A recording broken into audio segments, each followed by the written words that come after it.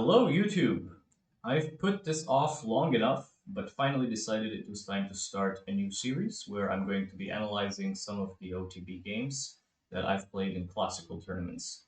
So, without further ado, let's jump straight into it. This comes from the recently concluded Bucharest Chess Festival that was played 3 days ago. And in the first round, I faced a 1400 player on the Portugal list. Despite having a Romanian name, he's on the Portugal list, so suffice to say, I believe his family lives there. Okay, the game started with d4, d5, c4, c6, and now, of course, the bane of our existence as Slav players, Exchange Slav. Not the opening that you want to be seeing, not the opening you want to see from somebody much lower rated, but it is what it is, and black needs to know some theory here as well. So both sides are following established theory: knight c3, knight f6, bishop to f4, knight c6, and finally e3. In this moment, I paused briefly for two reasons. One, Shankland in his course on the Semislav on Chessable recommends a6, defending the b5 square, whereas Seturaman in the same course, well, I should say in another course on the Semislav, it's obviously not the same course. In his course, he recommends the move bishop to f5. I thought my opponent was reasonably well prepared, especially for his 1426 rating. So I said, okay, you know what? Let's give this a try. Let's give Seturaman's prep a try. Here, the main move is definitely not what was played by my opponent. So usually white here goes something like queen b3 or knight f3, but bishop to b5 isn't the main theoretical move. And I was frankly quite happy. There isn't really enough pressure on this knight yet. White needs to spend more time to bring the knight over to f3 and then e5. And then eventually white would like to play a move such as rook to c1. But it feels like bishop to b5 is slightly inaccurate. And after normal development with e6, rook c1, bishop to e7, I thought the only dangerous move here would be knight f3, aiming to jump directly to e5.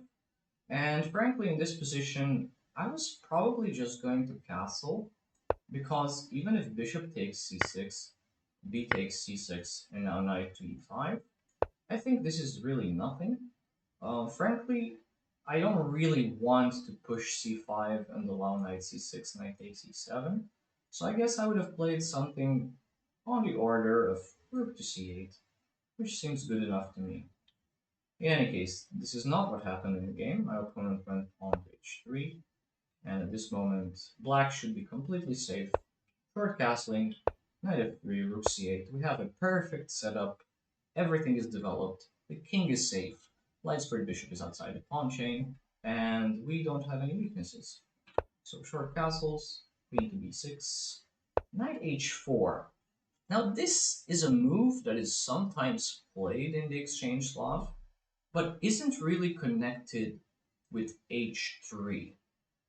So my thinking was, okay, clearly I will not be able to save this bishop, right? This bishop on f5 has no escape squares. It's going to be captured eventually by the white knight.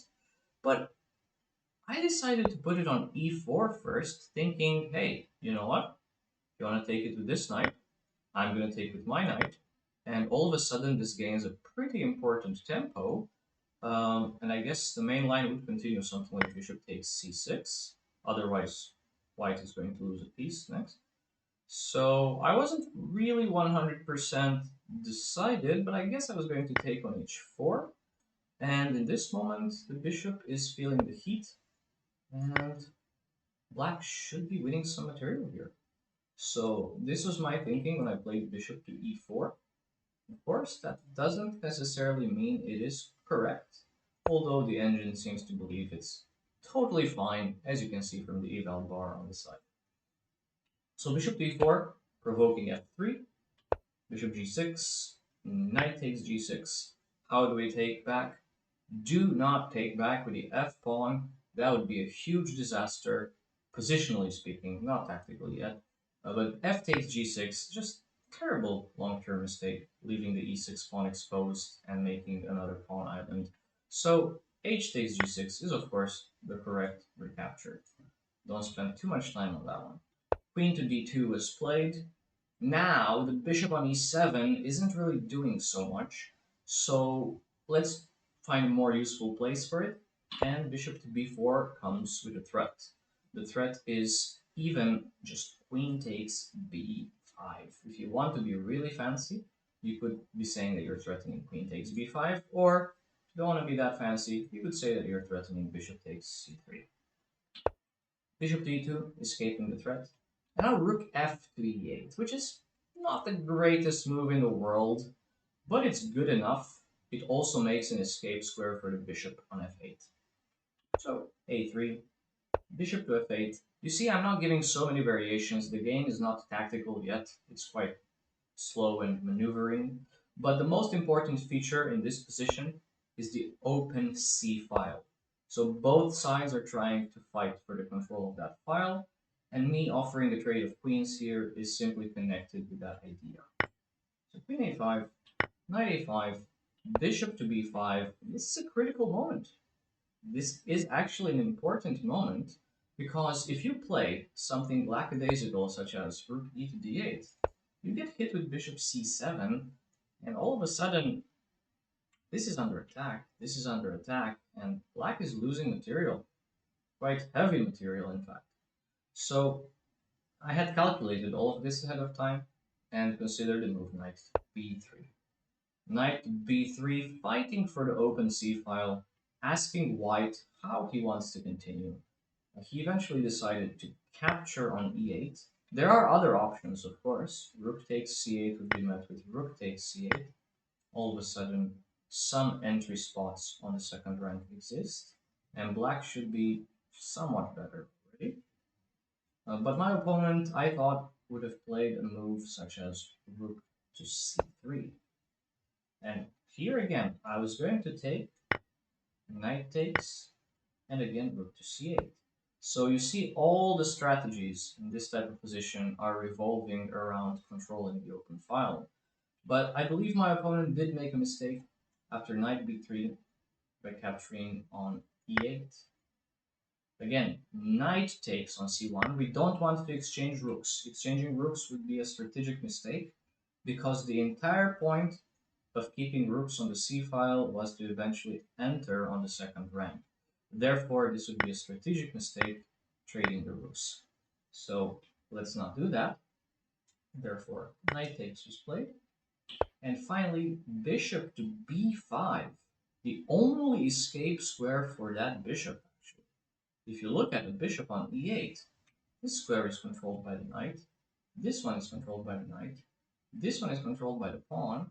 And finally, this square is indeed available. So bishop to b5, a6, and here knight to b6 was a fatal blunder. Knight to b6, total blunder, precisely because it allows the infiltration on the second rank. And I think my opponent was banking on the fact that bishop to a4 saves his bacon. I believe he calculated rook takes b2, rook takes c1, rook takes b6, and potentially rook c7 here.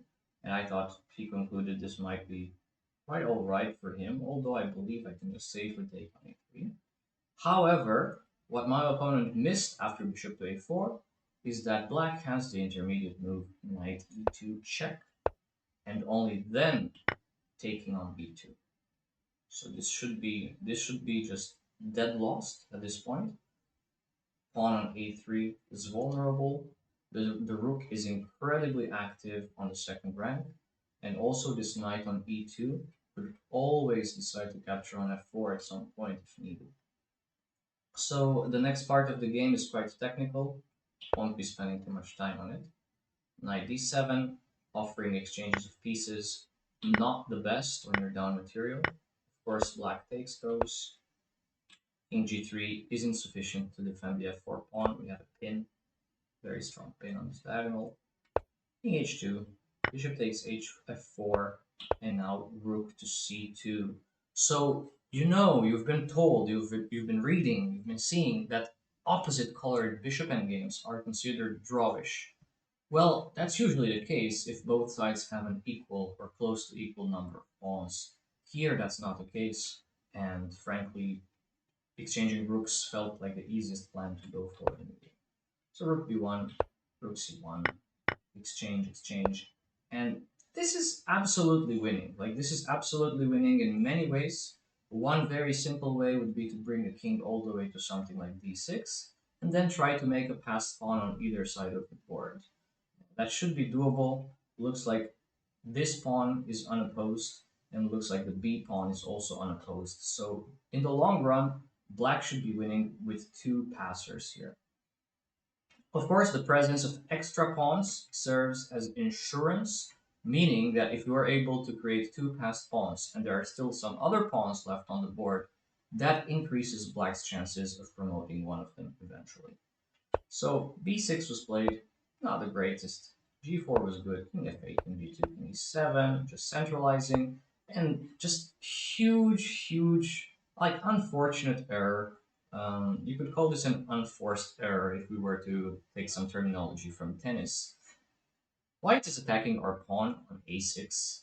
And what would be the most natural reaction? Like, most natural reaction, probably going to a5 and just saying, all right, you're never taking my pawn. Or an even better reaction would have been something like b5, just going ahead, creating a passed pawn, no matter how white decides to take here. Let's say a takes b, or bishop takes a6, b takes a4. This position is completely winning. I mean, this pawn on a3, I just hung white's bishop. That was a mistake. I meant to play bishop to d3, a3, bishop to b1. So no matter how white decides to continue here, this pawn on d4 will fall next, and the white bishop has to keep an eye out on the a2 square. This is the simplest technical win you're going to see in a bishop endgame. What did I do in this position after bishop c8? Well, I attacked his weakness way too soon, way too early. Bishop to e3, simply uncalled for. Like, why give up the a6 pawn? There was no need to. This pawn on d4 could have been captured a bit later too. So bishop takes a6, bishop takes d4, making life somewhat difficult. The engine still believes this is heavily in black's favor, as you can see from the evaluation bar, but it's not going to be so easy. And I actually spoiled it very briefly here for one move. For one move, Stockfish thinks I spoiled this endgame because now I will not be able to advance my pawn majority. So, yeah. And what is the defensive stand? Well, the defensive stand is quite interesting. The defensive stand usually involves here after g6. What black wants to do is I want to push f5, bring my king over to f6, and then start pushing the e pawn, creating connected passed pawns. How does white prevent this plan? Actually, definitely not by king d3, which was played in the game. Rather, white has to play the move bishop to a6, and then after f5, something like bishop to b5, and e7, bishop back to a6, king f6, now bishop to b7. And look at that. I will not be able to push the e pawn because the d pawn hangs with my king on f6. And that was a critical oversight in my plan, and frankly something that my opponents did not capitalize on. So I was very relieved and very fortunate after king to d3. This is beyond salvation for white at this point. Pawn sacrifice looked interesting, but the king is close enough to stop the h-pawn. And here, although white will eventually regain one of these four pawns in the center of the board, black will still have three of them. So that should be enough, even considering the doubled f-pawns. Doubled f-pawns, which prove absolutely crucial. If the doubled f-pawns did not exist, then this structure here would actually crumble. So it's very nice that black has the extra f-pawn. The bishop is now controlling the queening square on h8, meaning the king is free to start advancing. And then we push the pawns and we win. So the rest of the game is left without comment here. Finally, white resigns. So that was round one. Nice game. Exchange Slav, not the greatest opening for me personally. My style is a bit more aggressive. Hope you liked it, and I'll see you in the next video.